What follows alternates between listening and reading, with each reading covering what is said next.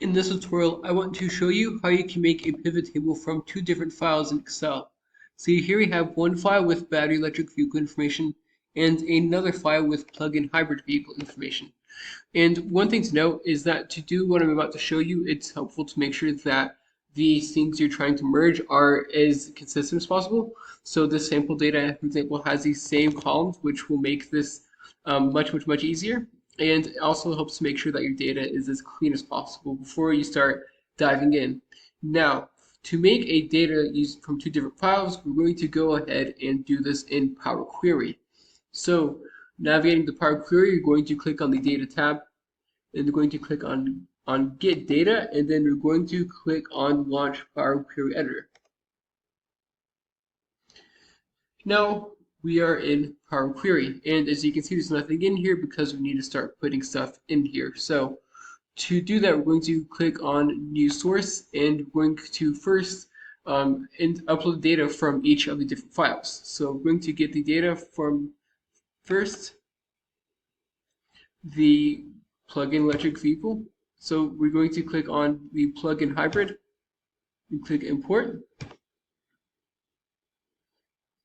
And we're going to click on this tab right here, click OK, and give it a second to load. But now we have information from the plug-in hybrid file.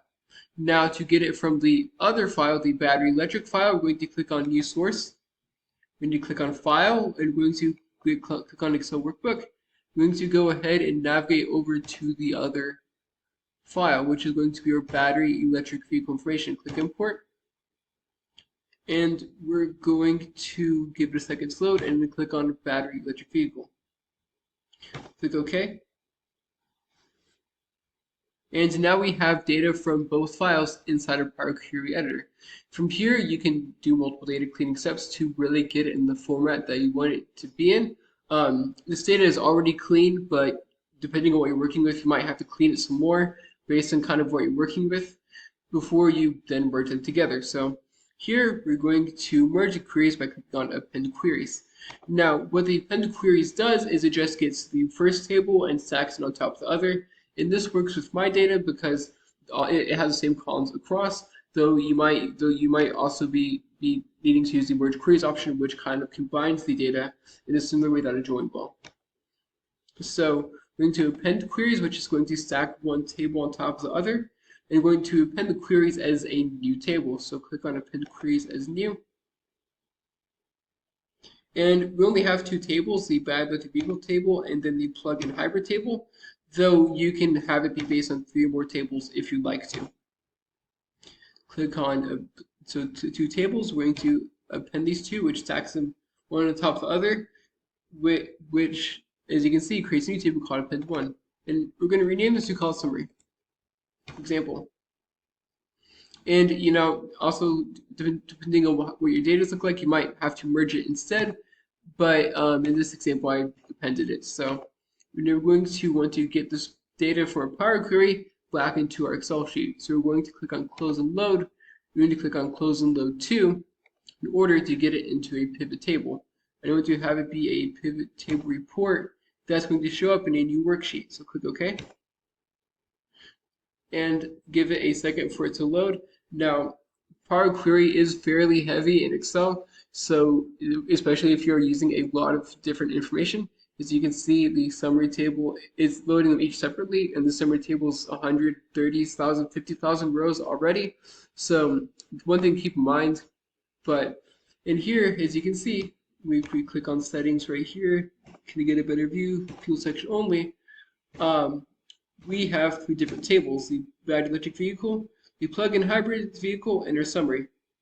And here we want to go ahead and we want to make our pivot table only based on the summary because you have to have a relationship between these 2 tables to be able to work with them like that. But the summary, go ahead and combine them the way that we want them to. So we're going to have it be by field lists and sections. And let's just say, for example, we want to go ahead and then get the base MSRP for the 2 different types. So we're going to click on electric vehicles type from our summary, and have that as columns. And then here we want to get our base MSRP, like so. And here you can see our base MSRP for these two different types of vehicles. Now, as you can see, it says relationship between vehicles may be needed. That's because I accidentally selected something that's not from the summary table. So we're going to go and backtrack on that. Going to go ahead and backtrack on that. See, I accidentally selected it from the battery electric vehicle.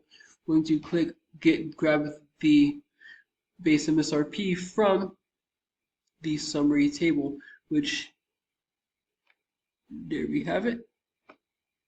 And as you can see, here's our base MSRP for these two values. And it looks weird because it's a sum with the changes to be an average, for example. So it might make a bit more sense. And there you can have it. And we can also format this and summarize it in any way that you want to. But as you can see, now we have the flexibility of a pivot table, of our pivot table from stuff that's between two different files in Excel. So hope you found this to be helpful. If you did, like, subscribe, comment. Thank you for watching. Have a great day.